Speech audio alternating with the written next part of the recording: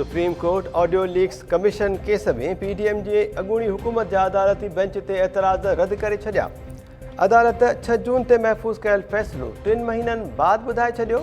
Supreme court पंहिंजे फ़ैसिले में चयो आहे त बेंच ते एतराज़ अदलिया जी आज़ादीअ ते हमिलो आहिनि। हुकूमत नव मुबैना ऑडियो लीक्स जी जांच लाइ जस्टिस काज़ी फ़ाइज़ ईसा जी सरबराहीअ में इंक्वायरी कमीशन जोड़ी हुई।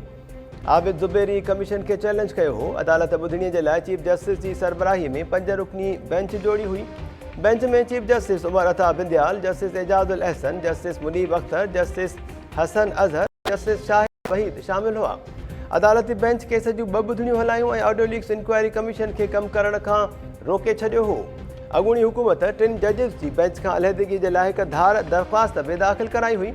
हुकूमत तरफ़ां एतराज़ वारल जजिस में chief justice Umar Ata Bandial, justice Ijazul Ahsan ऐं जस्टिस मुनीब अख्तर शामिल हुआ।